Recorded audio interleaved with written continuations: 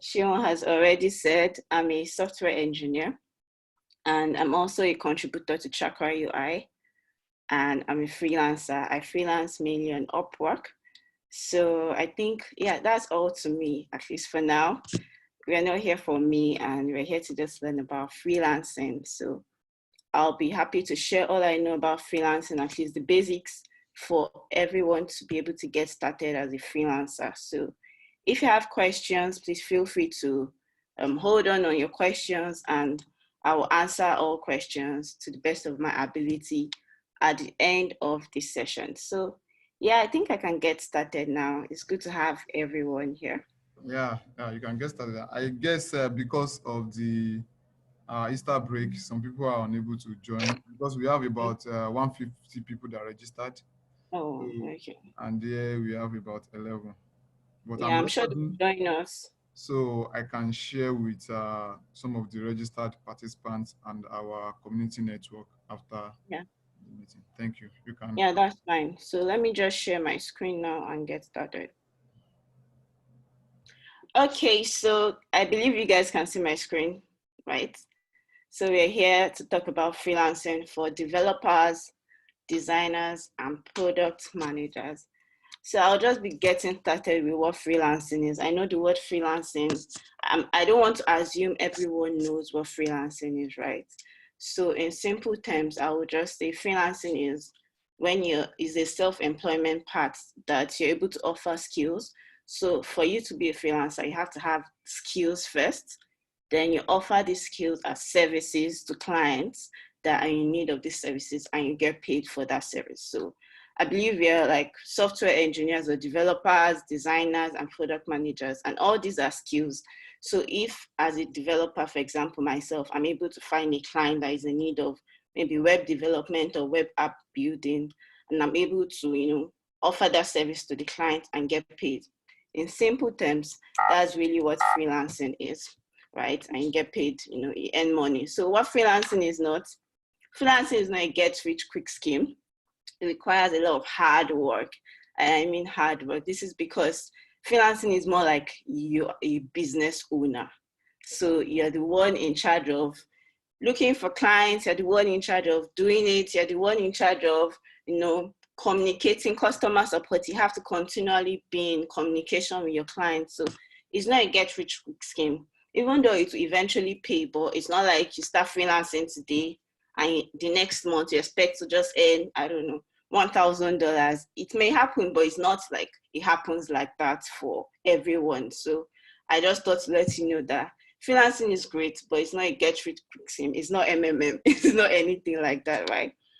So let me tell you about my freelance journey and how I got started. I'm excited to be here because I can relate with a lot of us here. I got started freelancing just after leaving the university. In fact, I was on NYSC, and my friend had been telling me about Fiverr, how I can just start making money on Fiverr. But in school, I think we're all wired to just school work, and we probably do not look outside, but there's so much more than school. So I got started freelancing on Fiverr in 2016. I think that was 2016 June. So I started designing. I started as a graphic designer. I never even used, I think I'd used Photoshop just once before then, but definitely I wanted to start earning money, and I just created my Fiverr account, started designing. It took me a while to get clients, but not as long as Upwork.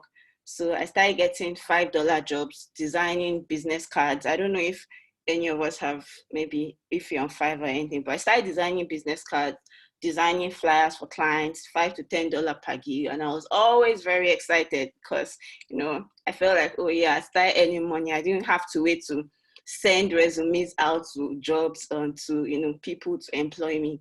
So my highest gig at that point was $120. And when I made that money, man, I was so excited. I was so happy because come on, I just finished school, and how would you even compare $120 to the amount we were being paid then as corpers? So I was really happy.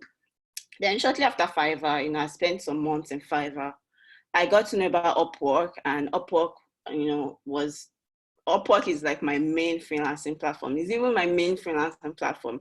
I freelance majorly on Upwork now. So I stayed 3 months before my first client came. So coming from Fiverr, right? I felt like, okay, I already have some freelance knowledge and I would just go on Upwork and just start making money. But it wasn't so.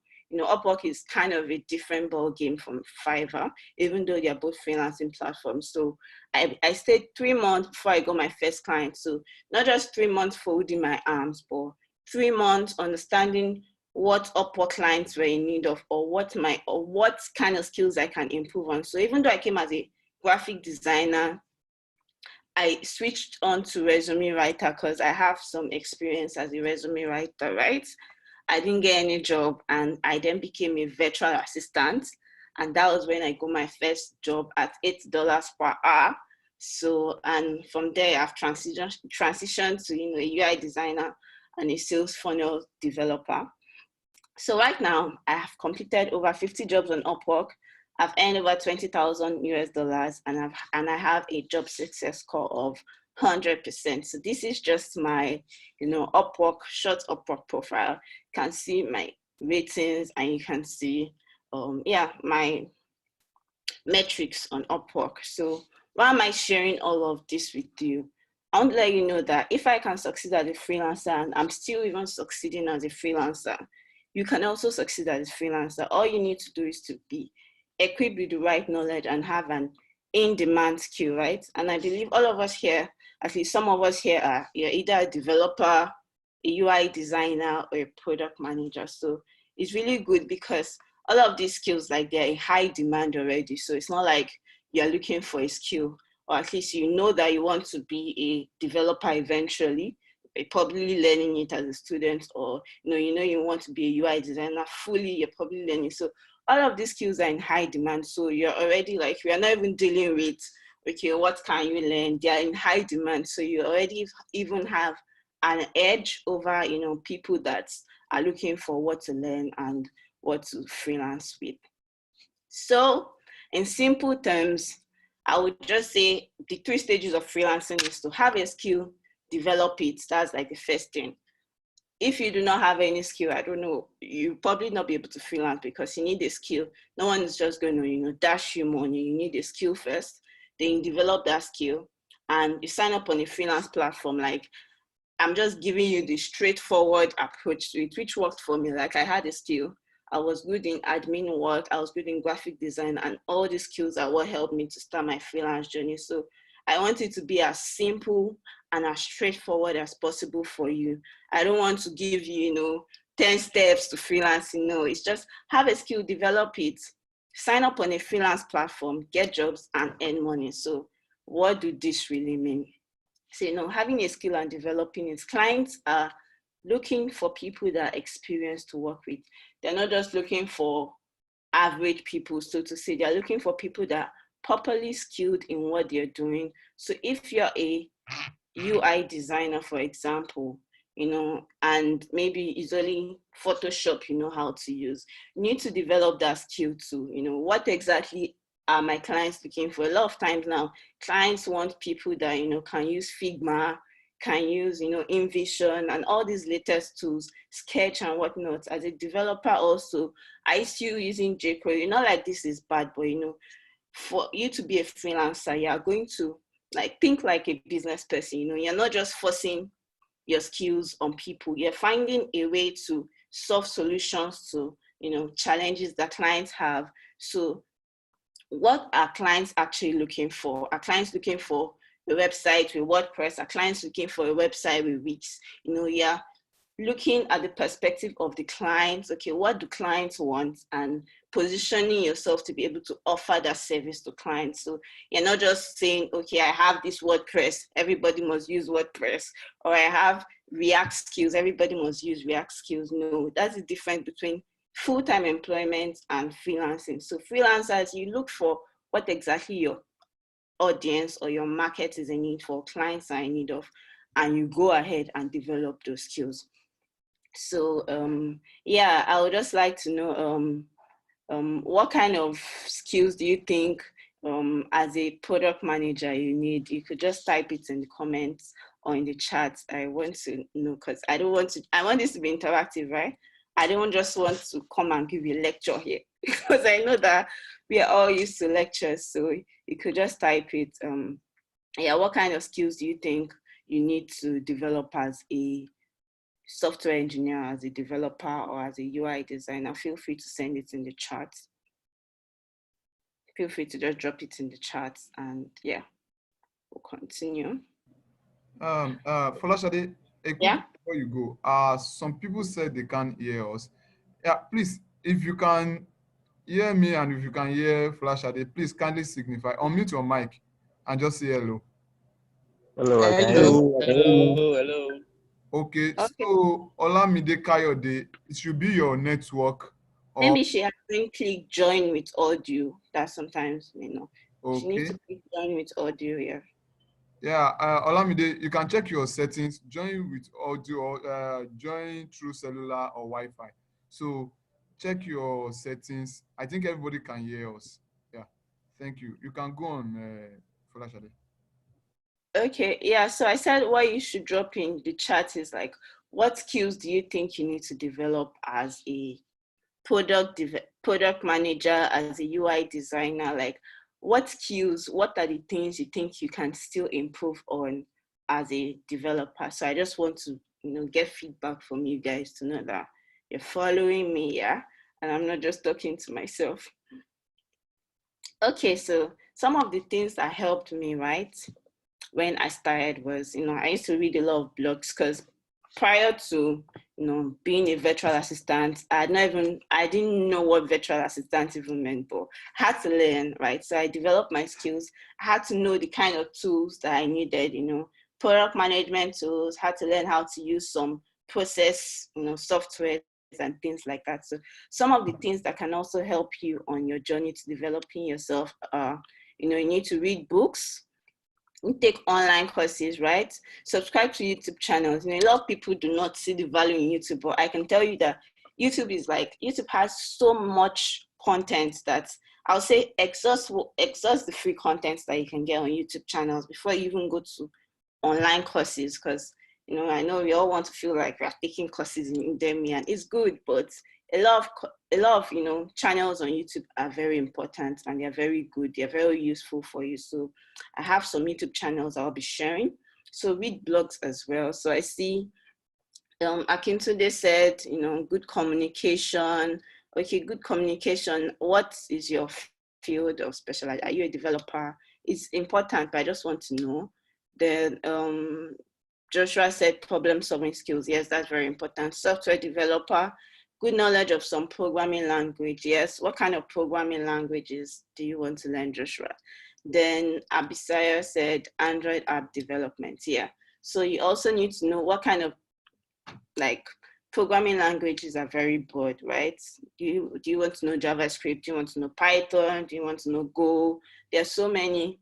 So you have to be specific. And that's where, you have to know what exactly you want to specialize in. You can just go to, I'll get into it more, but you can just go to Upwork, see how many people request for, skills that have to do with React, how many people, or how much people request for, how much clients request for skills that have to do with Python. So that's another pointer to know, okay, maybe I should learn this, because if the demand is high, then you probably have a good edge or a good advantage. So yeah, so that's that. So a few places to learn: YouTube, Skillshare, Udemy, LinkedIn Learning, Coursera. Like I said, exhaust what you can learn on YouTube before going to any of all these paid platforms. So I put together a couple of YouTube channels that have helped me as a developer, and I know it also helps. So you could just take note of some of these YouTube channels, go to it. They have really useful content that can help you grow as a freelancer. So I'm saying, before you even go to finding clients, you yourself, you have to make sure that you've positioned yourself properly. You are like a hot cake, so to say, so that you won't even have to struggle so much. So for developers, these are some of the channels: Free Code Camp and Codevolution. Like the first four, I've used them and they've been so helpful for me. So for UI designers as well, I research into some really nice YouTube channels that can help you grow as a UI designer, product designer. You can have a lot of knowledge. You can learn and get perspectives from different people. So you're not just like a local champion. You know, as a freelancer, you're going to be working with international clients. So you want to make sure that you are properly positioned and you have a broad view of perspective of a lot of things, right? So product management, these are some YouTube channels that can help you. So just take note of them, and later after you could just check them out and start learning a couple of things from them.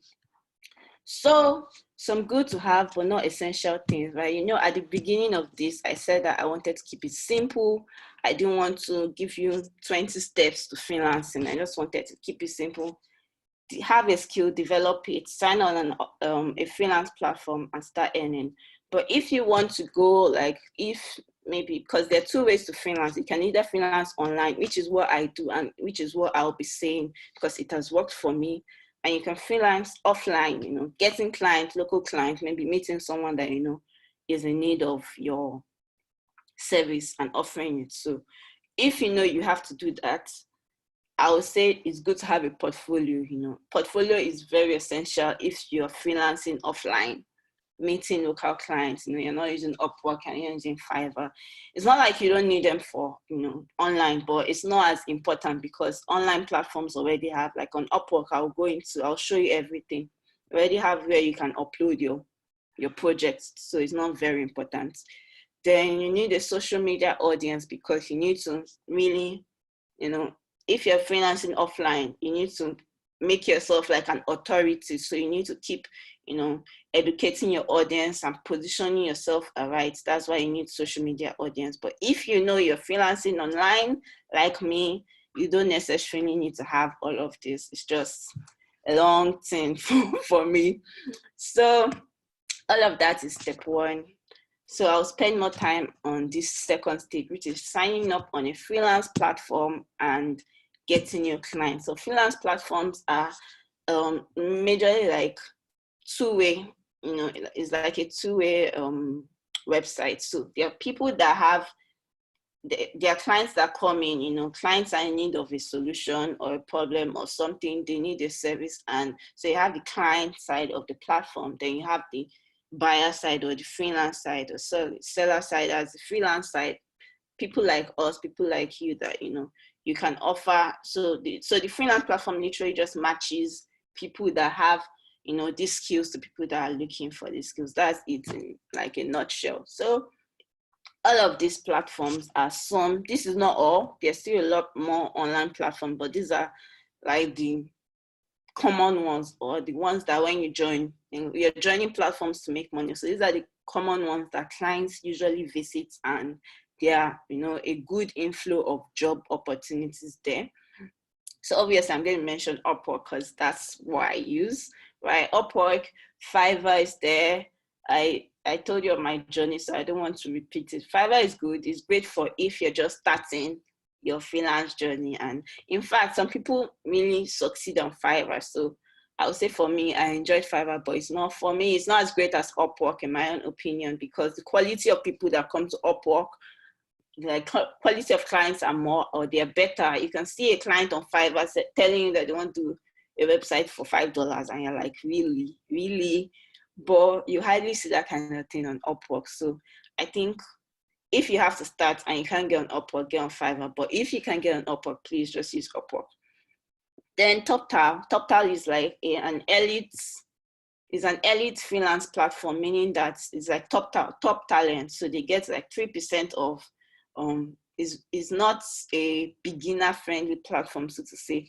They're for people that already have some kind of experience on, like, as in whatever niche they are. So I think they'll tell you need like 1 or 2 years experience, proper experience. So getting into TopTal is a bit of a challenge, but if you know you have the experience and you're already a guru in what you're doing, like, go for it. There's no limit, right? So Guru is another one. I joined Guru when I first started. Guru and People Per Hour. I joined them. I haven't joined Freelancer for like maybe a day or so. But I joined Guru and People Per Hour, and I didn't get any job there. I don't know if it has changed now, but I know the inflow of jobs is not as much as Fiverr and Upwork, right? So that's Guru, but it's probably still worth trying and checking out. In 99 Designs and Dribble, these are really good for, designers. You can, like all of these platforms, designers, developers, product managers, you can freelance on any of them. There are people that come looking for product managers, so you can get them on Upwork, Fiverr, Top Down, all of them. But 99 Designs and Dribble, I think they are more specific to just design, UI design, product design, and all. So you can definitely still check all of them out.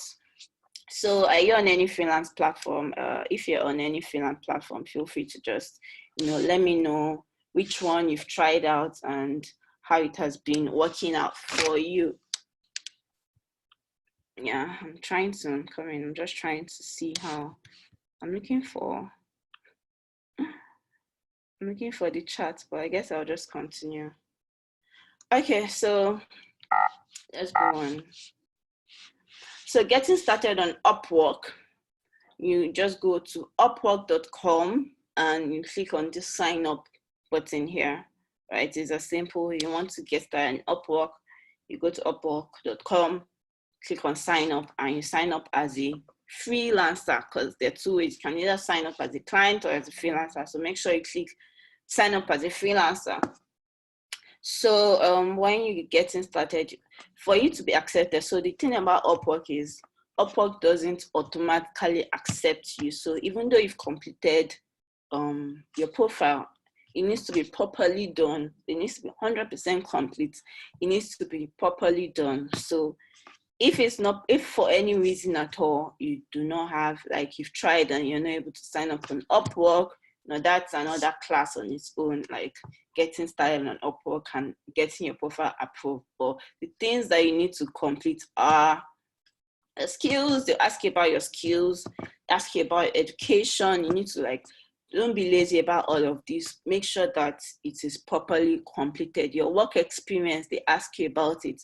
And we are students, right? But you don't necessarily need to have like a office work experience. It could just be something that you did with a friend.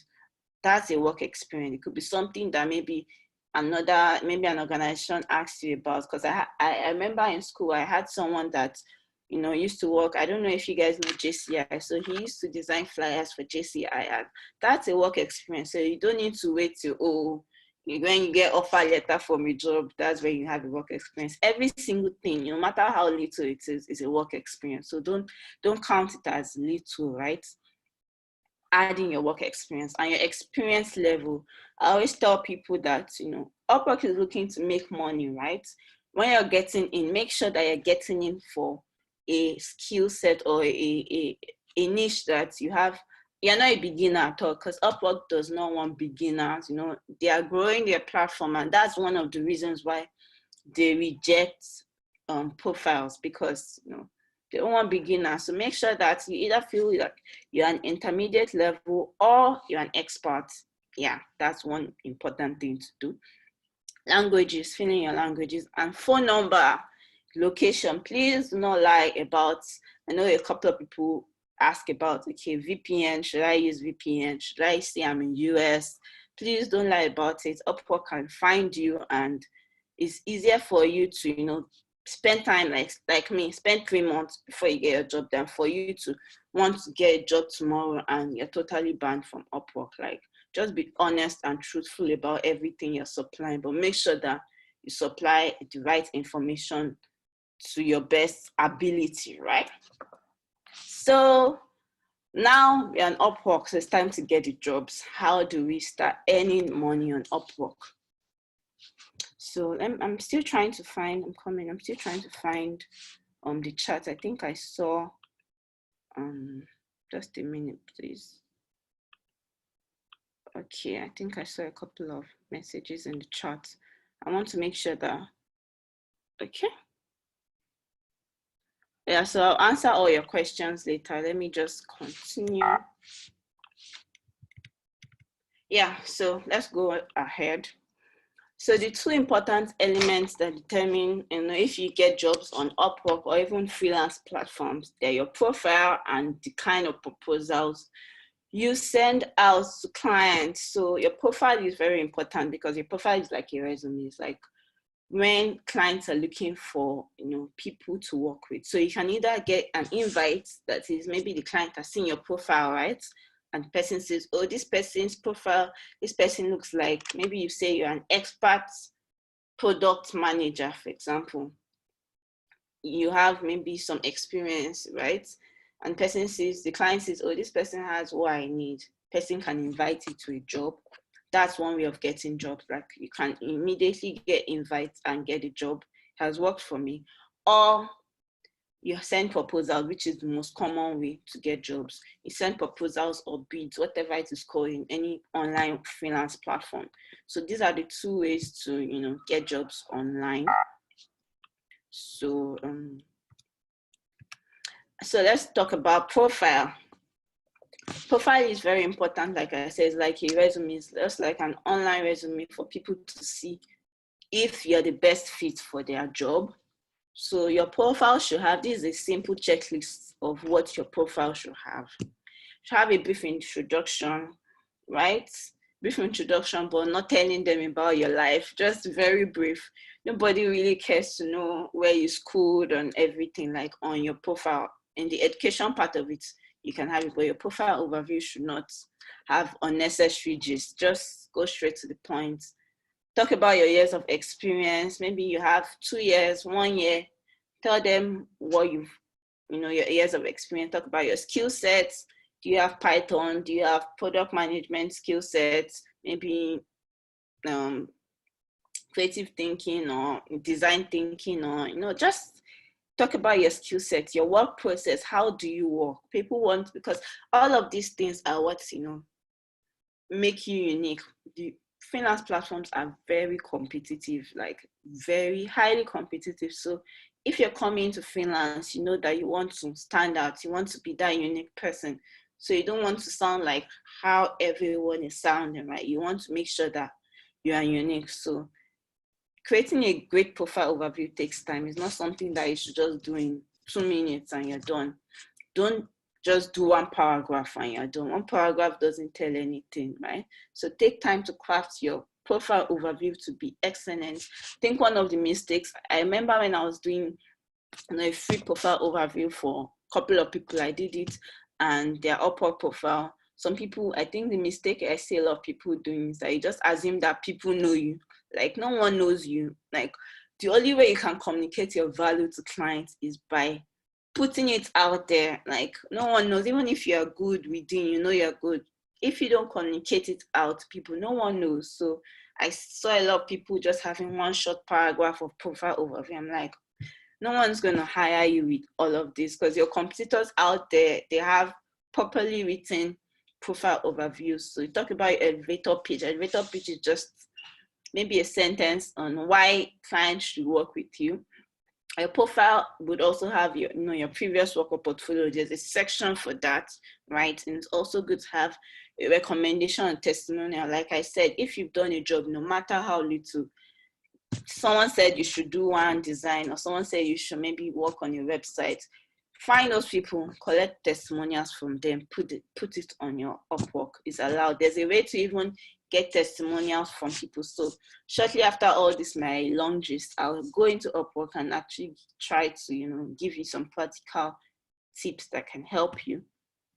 So call to action is also important. Call to action is just like a word, telling people to take action. So when you see stuff like learn more or send a message or just action words that just make people, okay, yeah, take action. Don't just read my profile, hire me, send a message, work with me. All of these are call to action words. So yeah, so this is my own profile. I just want to show you how I, used what I just said to create a profile for myself. So I started, even though I showed you all of this, it doesn't have to be like sequential like this. Okay, you first introduce yourself. It could be really anyway. The most important thing is that all of this is showing. So I started with my recommendation and testimonial because I feel like this is what really gets people, no matter what you say about yourself. I think it's more important what people say about you, at least in the freelance world. So even if you say, I am this, I am this, I am this, no one can also say that, yeah, you are this, right? There's nothing like it doesn't really sell you out well. So I use Esther. Esther is my I use Esther on Upwork. So I have a recommendation from a client I worked with. Talked about my years of experience, my skill sets, my elevator pitch, and why people should hire me, and my call to action. So it's just short, brief, straight to the point, simple. I listed out all my skill set because, clients are probably looking for people that have specific skill sets. So for example, if you're looking for, Figma or ClickFunnels or Katra or Kajabi, any of these, you just say, okay, I think this person knows what she wants. So don't just say I'm a product designer or I'm a product manager. Like, list the skills you use when you're as a product manager or as a UI designer or as a web developer. Always list the skills you use, list the tools you use, list your work process. Things like that will set you out and make clients quickly decide if you're the best fit for their job. So let's go on. Proposals. Proposals are so important. It's a way to pitch yourself to clients, to make sure that you see an interesting job, you send a proposal or you bid, whatever it is. On Upwork, it's called proposal. I think on Fiverr, it's called bid. And I send a bid, and on other freelance platforms, they call it bid, but it's still the same concept, right?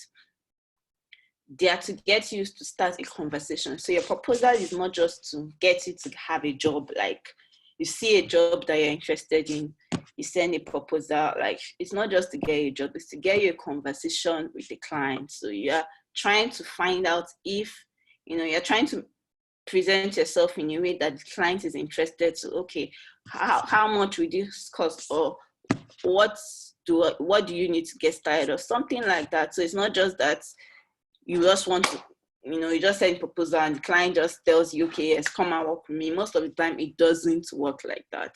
You make sure that you build rapport with the client in your proposal, and you're able to then start a conversation to get a job. Right. So, okay, so I'm wrapping up soon. I want to be able to answer as many questions as possible because that's also very important. So yeah, find the right jobs, identify your right client. So a lot of people say, I don't hear back when I send proposal. Most of the time it's like, you're applying to the wrong jobs, or you're applying to the wrong clients. Not every client on Upwork, it's not every client to send proposals, or it's not every job, so to say. It's not every job on Upwork you should send proposals to. Some jobs, you see them, like if the client cannot even specifically tell you in the job description what they want, most of the time, that's already a red flag. Not like, but that's a red flag or a warning, like tread with caution. You shouldn't just, especially if it's probably taking a lot of your connect, you shouldn't just send or apply to those jobs. So your proposal should be something that grabs the attention of the client. So you don't want to start in a way that is boring, right? You want to make sure that the proposal is about them and not you. Your profile can be about you, but when you're sending your proposal should be focused on the value you're bringing, the solution you're offering, the suggestion you're giving. You're able to empathize, like, okay, maybe the client says, oh, I'm struggling to, make money. Maybe my website is not really converting my leads to customers or something like that. You're able to first empathize with them, right? In your proposal, like, I totally understand, I'm sorry this is happening, or just something to empathize with them. Then provide solutions like, okay, it could be because of this. If you work with me, I'll be able to help you, increase this, like guarantee them something. But a lot of times people just use generic proposals. They just send generic proposals. You're not really addressing the pain point of that client. You're just saying, oh, I'm a developer, I use HTML, I use CSS. Like, that is not answering my question. Like, that is not even doing anything, and you expect to hear from clients. So that can also be a reason why you don't hear from clients. So take time out to what's the word? Take time out to understand what the client is in need of, and then profess solutions, have a conversation, be warm, friendly in your proposals. Don't sound like a robot. That's one of the things I would say. So wrapping up, 6 final tips for freelance success before we go into Upwork, like show you around and I just answer questions. So 6 final tips for freelance success. I'm giving these tips from my experience as a freelancer, and my experience as a freelancer, and just making sure that you are properly equipped with the right knowledge for success. So in as much as you have the skill set, there's so much more to freelance success than just having the raw skills like that.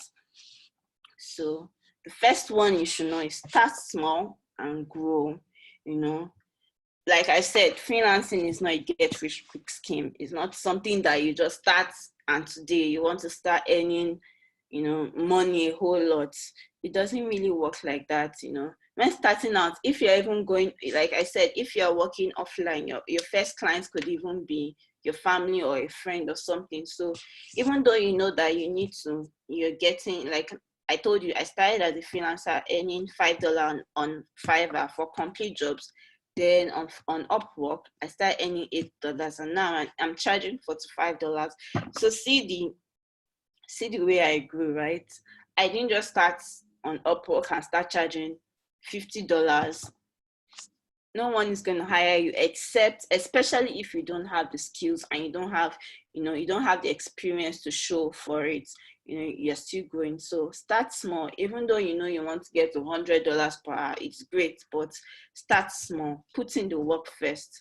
I always say that you shouldn't work for free, but at the same time, if you have to work for free, make sure that you are the one offering to work for free. Okay, let me do this job for you for free. Not that client is literally imposing on you that, oh, you must work for free, I'll give you exposure. No. So if you know that you've been maybe trying to get clients and it's been really tough for you, so I would say, especially if the job is not going to stress you so much, it's not a job that will kill you, right? If it's a job that you can easily do straight up, you could offer to work for free and get that client, like do the work so well, get the feedback, add it to your Upwork profile. Or even if it's on Upwork and you see a client that is saying, oh, I need something done for $20, you probably feel that it's small, but at the same time, get that experience. Just get that first client and then you grow from there. So that's the first advice I'll give you. Then keep doing quality work. Like the best thing you can do is to do quality work as a freelancer. I remember my first client as a virtual assistant, like he was the one, or he is the one that's giving me my largest pay ever on Upwork. I worked for him so well that he gave me like 3 different reviews on Upwork. He sent me, you can imagine if a client is sending you 1K, is that twice, he sent me 1K bonus 2 different times. So, and he was my long-lasting client on Upwork. That's just because I was his virtual assistant and I did so well. So the best you can do for yourself as a freelancer is to do quality work. Don't just be after the numbers. Don't just be after the money. Don't just be after, like you just want to do ramshackle work and you just want to earn the money. No, do quality work. That's the only way you can, actually get, like I have 100% job success score. That's because I don't chuck my head into jobs that I know that I cannot do. So do quality work. As for referrals, like I said, referrals are very great because they build trust in like prospective clients. So when you've done the quality work, you can then ask for referrals. You can then ask for testimonials. You can then ask for almost anything from the clients. So this is so important. Give clients realistic timelines and adhere to them. There's nothing as, disappointing a client. It's so bad if as a freelancer, you disappoint a client. I know there was a time I made a mistake myself.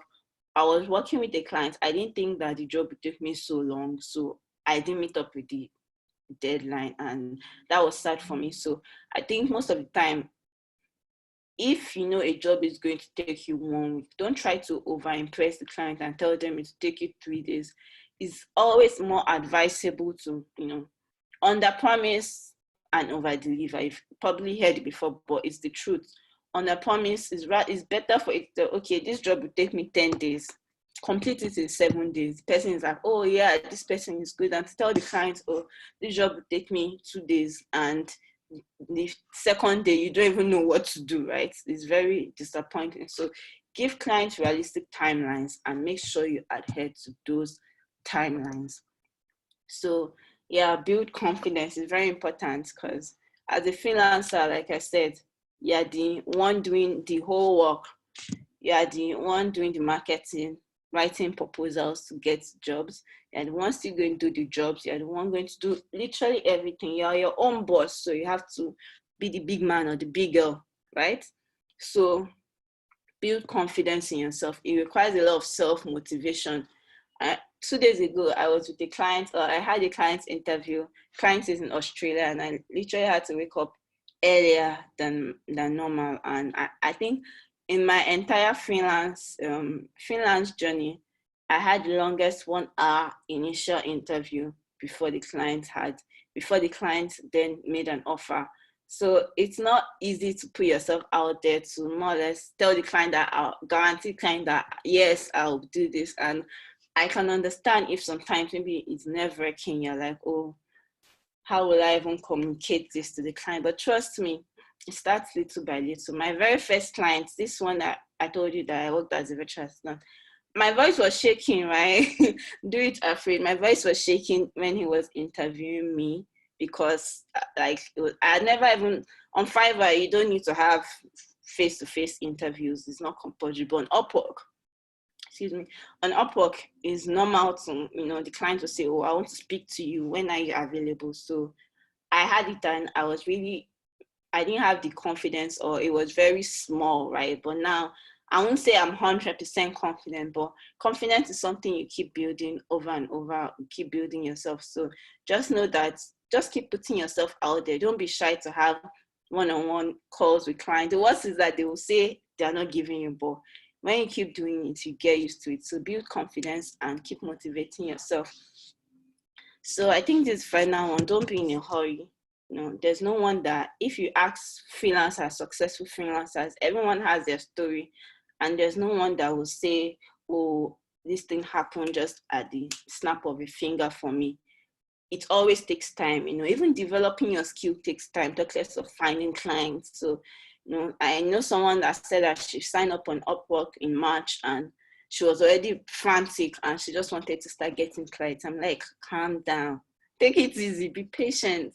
Just be patient. If clients are not coming, there's probably something that, in fact, it may not even necessarily be on your end, right? You may be doing everything right, but for some reason, not all the jobs on Upwork that are posted, it's not all the jobs that eventually get someone that, it's not the jobs that get hired. So people could post jobs and they're not really hiring. They just archive their jobs. So don't be in a hurry. Take time. Don't be hard on yourself.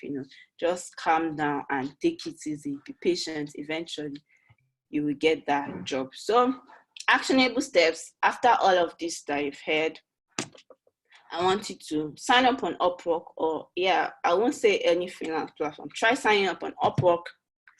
Find the right jobs and start earning. That's like what you can do. So I don't want to just come here and tell you all of this and you remain like the same.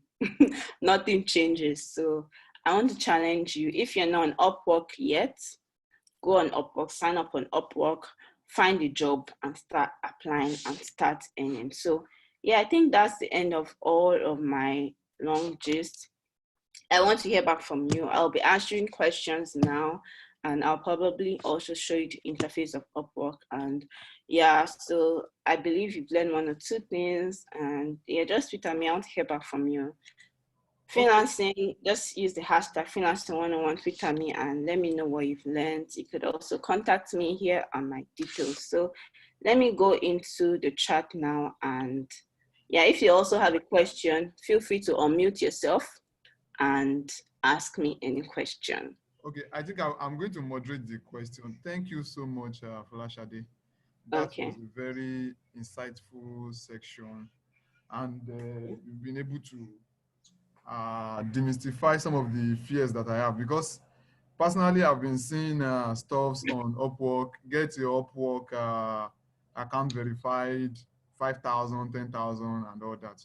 So, well, I basically didn't consider all those things, but I think you've done a justifiable job Okay. introducing us to Upwork and how it works and all. I think we are going to have a freelancing 102 that's going to be about Upwork itself. Yeah, Okay, I think we that's are going fine. to have that. Yeah. So yeah, okay. I will be, if you have any question, just raise your hands. Raise your hands. So I'll be calling sequentially so that everything goes on smoothly. I think just raise your hand, and I will also be reading out the question in the chat.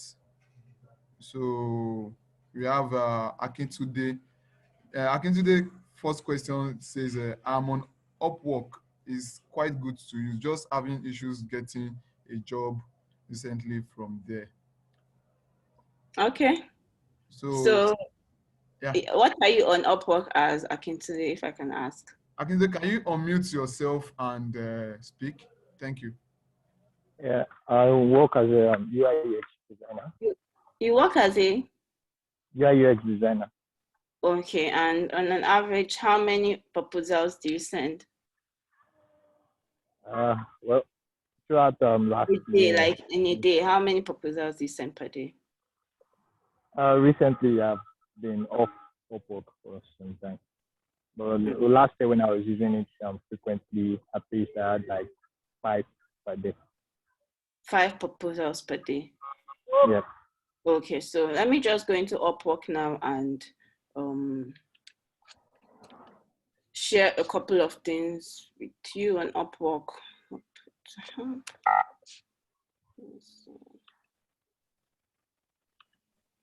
So, okay. So on Upwork, people say they do not have or they do not find a job. So now I believe you can see my screen, right? Yes. Okay, so say you're a UI UX designer. I want this to be kind of practical. I just want to quickly share some tips on, so you not getting a job could be a mix of different things, right? It could be a mix of the kind of jobs that you're applying to. It could also be a mix of the kind of proposals that you're sending. So for example, this person is in need of a UI UX designer, right? But this payment is unverified. So I want to show you the kind of jobs that you shouldn't apply to. At the same time, I always say that quality over quantity in terms of proposals. So it's really not in the amount of proposals you send, it's in the quality of the proposals and the quality of the jobs you as a person you apply for.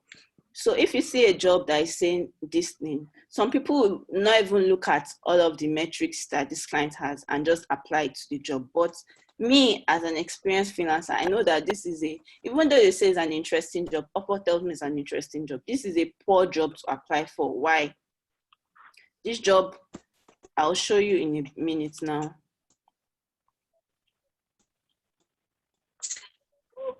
So this job, the person, the client doesn't have a payment verified. That means the client has probably not even hired anybody on Upwork. And so when you go to a job, you look at the right parts. The client doesn't have any payment verified, and the hire rate is 0%, right? So why would you even want to apply to a job like this? Like, applying to a job like this is already, you probably not even hear back from the client at all. Do you understand? So this is, a lot of people make all this mistake. This is a poor job to apply for. So on the other hand, let's see this kind of job, right? So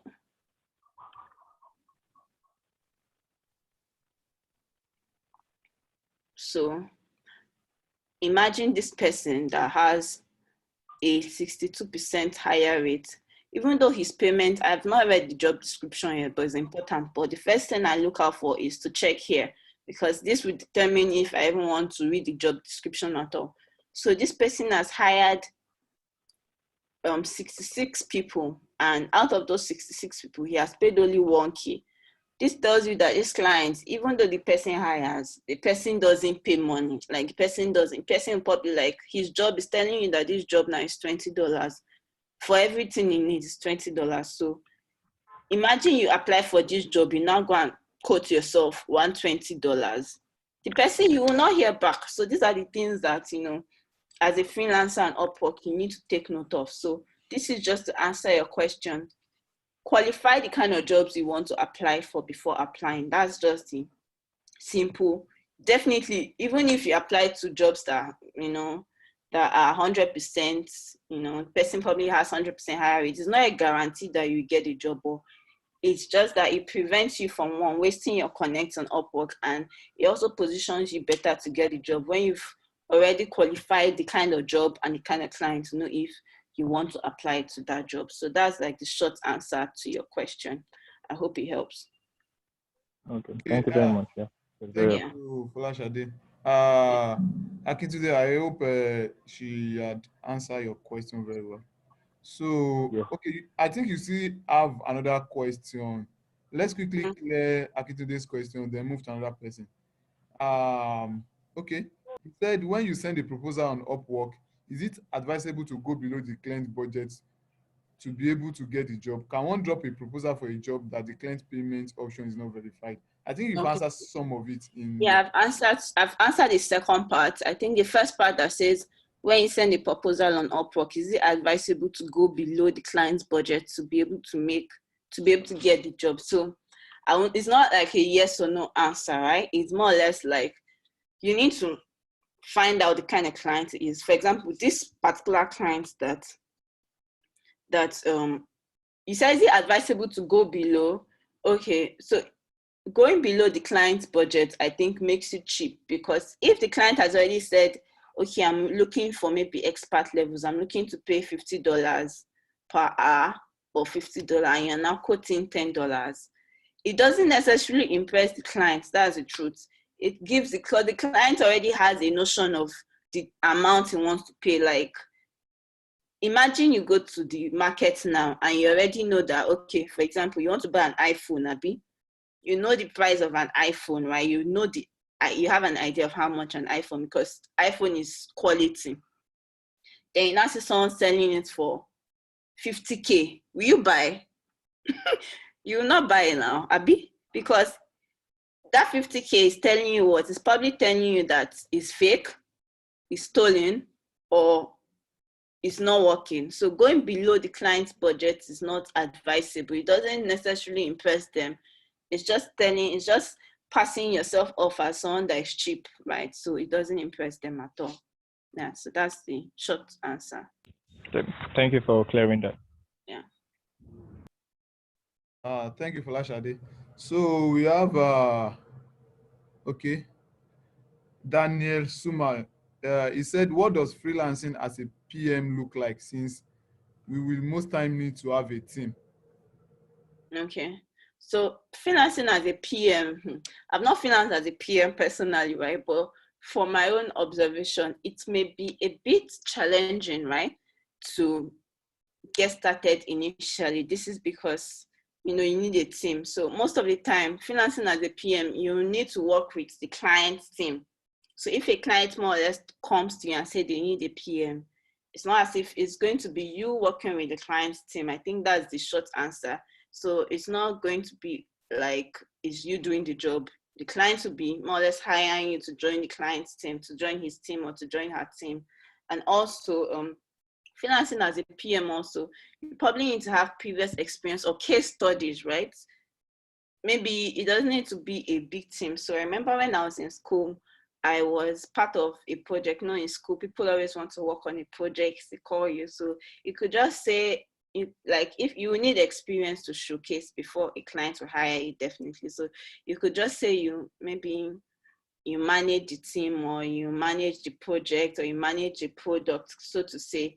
Because we're working with like 3 people, and I think if I was going to be a PM, I would have used that experience or that exposure to promote myself. So I would say as a PM could be a bit tricky, but you need to have case studies and you need to have a little experience before clients will be willing to hire you as a PM, right? Okay. Okay, so I think as a PM too, based on the little knowledge that I have, okay, Okay. you might need to be able to translate the client's user journey, the user story, into a software requirement documentation, which in turn the client can either take back to the development team or ask you to create a development team based on the software requirement documentation you've written. So you must be able to listen to the client's needs and be able to write a user story, write the user journey, and translate it to a software requirement documentation. So those are the Yeah. skills that a project or product manager should acquire. Yeah. Yeah, that's very useful. Yeah, so let's look at okay, we have Shonola Taiwo. He said, please, is freelancing only tech involvement? I want to engage in tech and sport broadcasting. That is why I'm asking this question. Okay, when you say it's only tech involvement, do you mean that it's freelancing? Like, is it only tech skills you can use to freelance? Is that what you're asking? I guess that's what you're asking, though. But it's not only tech skills that you can use to freelance. You can use, so some people are into data entry, right? Some people like me, when I started, virtual assistant is not a tech role. It's just more or less like an admin related role. So freelancing doesn't necessarily, like, you don't have to be involved in just tech, but your sport broadcasting, sport broadcasting doesn't sound like a high demand skill. So when you're in doubt, what you can do is to check, because when people ask me about things like this, that, data or facts will just sort you out. So let's see how many people post jobs that have to do with sport broadcasting. I'm not sure it will be a lot. So, okay. So you can see for yourself that sport broadcasting is not a high demand skill. Okay, this one was posted 16 days ago. So it's great, right? But it's not a high demand freelance skill at all. So I would just say, for you to be a freelancer and make money, it's best to just have a skill that is in high demand. That's the only way you can profit as a freelancer when you're getting started. Yeah. So yeah, I hope that answers your question, Shonola Taiwo. Okay. Another Stephen Paul said, I am also on Upwork. I don't know how well to compose proposals and sending them. Okay, so proposals are like, they are a different class on their own. But what I can tell you for proposals is, I think I'd already highlighted some of this in my slides for proposals, right?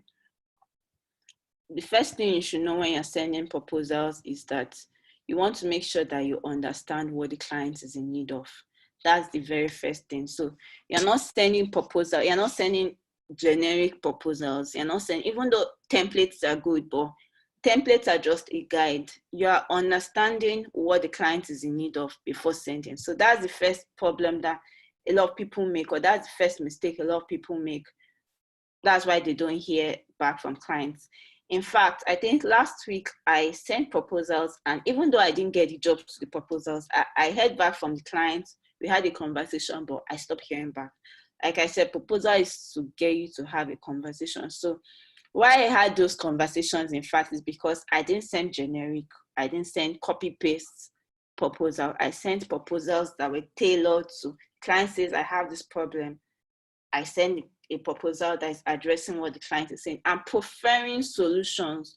So a good way to also get the client's attention is, maybe the client wants to, I don't always advise this, but it's probably worth trying because it stands you out. A client wants to design 5 screens, and maybe if it won't take you more than 30 minutes, you could just do something quick on Figma and send it to the client. You may say, oh, I'm doing the job. What if the client doesn't pick me? But the truth is that not everybody will do this, and because you want to, get a conversation, you want to gain the client's attention, you probably start. So the second thing is, if you can't, start answering the job or start doing the job in your proposal. That's another thing, right? So don't just wait for the client to, if the client is, I always tell people that are into data entry, if client wants to scrape something, start doing it. Do like 10 lines or 10 rows. Start doing the job in the proposal, and don't make the proposal all about you. Like, it's boring if it's all about you.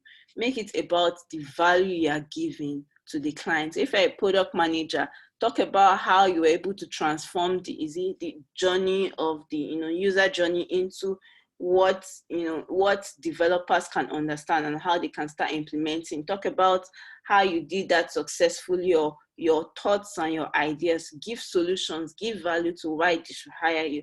All of this help you stand a chance of you hearing back from clients. I'll also be doing some maybe free stuff on proposals, so just look out for it. And yeah, so that's it. Just look out for it. I'll be posting regularly on tips and tricks on how to get clients attention when you're writing your Upwork proposal. So I hope this also answers your question. Yeah, okay. So we also have Abdul Mojib. Can one get on Upwork by being only a front-end developer, or one must be a full-stack developer? Okay, so one can get on Upwork by being a front-end developer. Yes, you can. So if you're in doubt, why I'm not just saying it's like, yes, you can, is I want you to also see for yourself, right? If you're in doubt of any skill at all, the best thing you can do is to go to upwork.com and search for that skill. So now we want to know if one can get on Upwork as a front-end developer.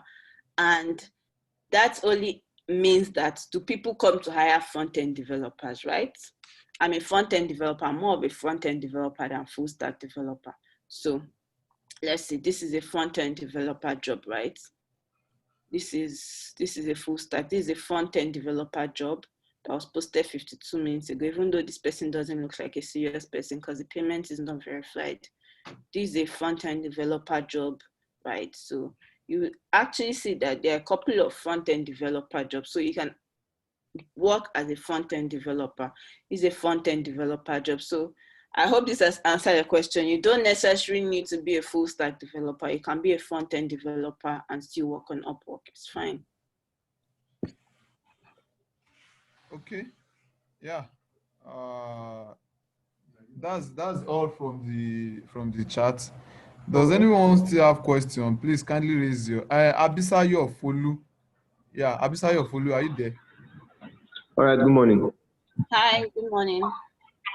Yeah, my question is because I started learning Kotlin last year, mid last year. Okay. So yeah, I'm also very good at JavaScript and HTML.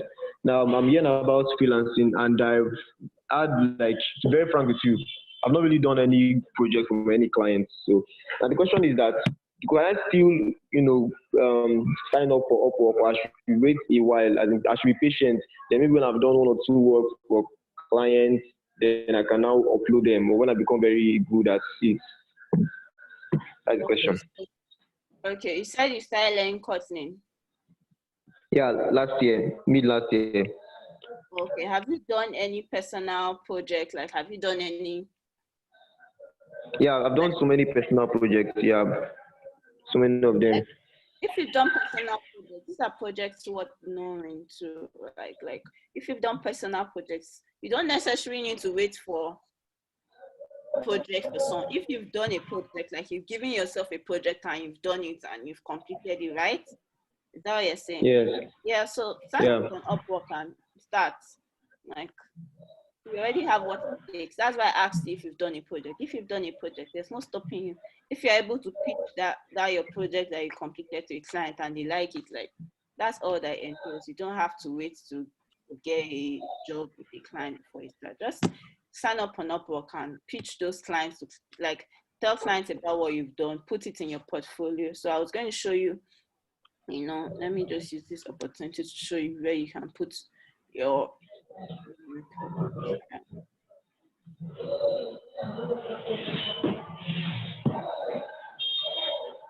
Just a minute.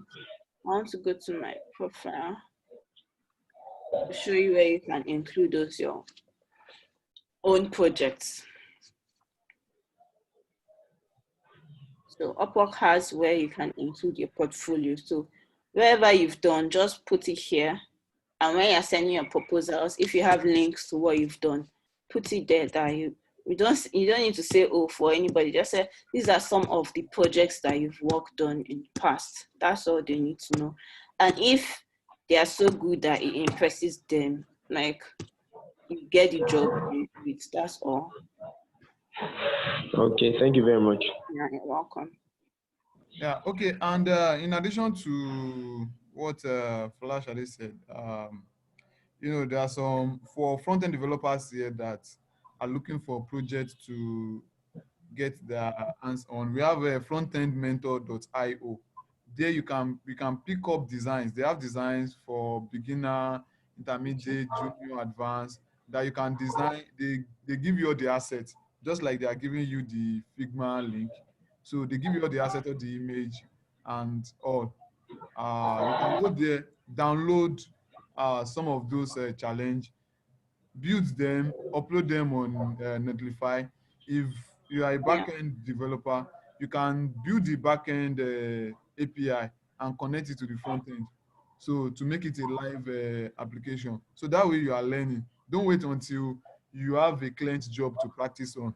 There are so many ways you can practice. Just go on frontendmentor.io, pick up projects, build them, host them on Netlify on GitHub page. So you have something to show that can demonstrate your skills.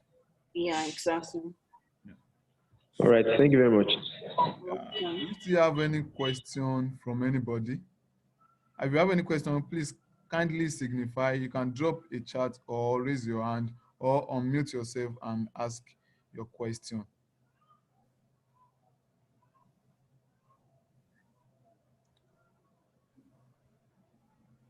Okay, I think no question. My own question is this. Okay, for somebody that have multiple skills, you are a full stack developer, you are into product management and some other things. Can you list all those things on Upwork and get hired for any of those skills? Okay, so that's a very good question.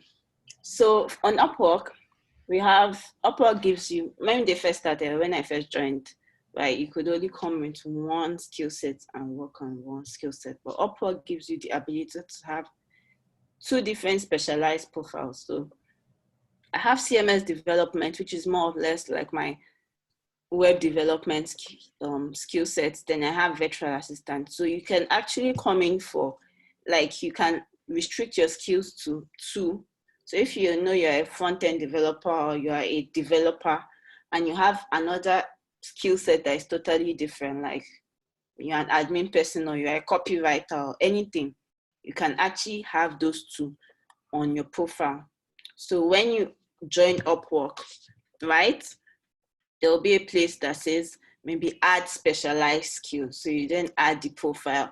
So you just add the writing or the front-end development, whatever it is, you add it just like your normal profile, and that's just it. So yes, you can have more than one, skill on Upwork and get hired for it as well. Okay. So for your profile, if you optimize your profile and you have 100%, how long does it take for your profile to be verified? How long does it take for your profile to be verified? Okay, approved. Is that what you mean? Yeah, approved. Okay, so I think it takes 24 hours for them to get back to you if you've been approved on Upwork. So it would probably take 24 hours. You submit your profile and you wait for 24 hours and either they send you an email, or when you log in, you'll be able to see whether yes, you've been approved or no, you've not gotten an Upwork. But there'll be a notification when you log in on Upwork, so you know if you've been approved or not. Okay, thank you. I think that would be all. Okay. Okay, Abdul Majid. Okay, let me just type it. Let me type it's frontendmentor.io. .io. Okay, and Majid, are you a student of LASU?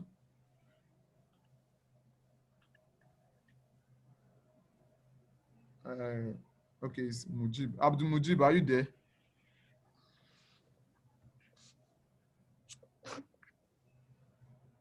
I think we've Probably not then. it's not there. Okay.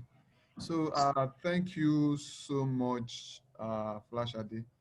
I would like to get feedback from our participants. Do you like this section? Can we all unmute and talk? Yeah, it was a very nice session. Absolutely. I really learned a lot. Yes, sir. It was a very nice session, sir. Okay. Okay. I would like you to go and tweet it. Thank you very much for listening. Yeah, welcome.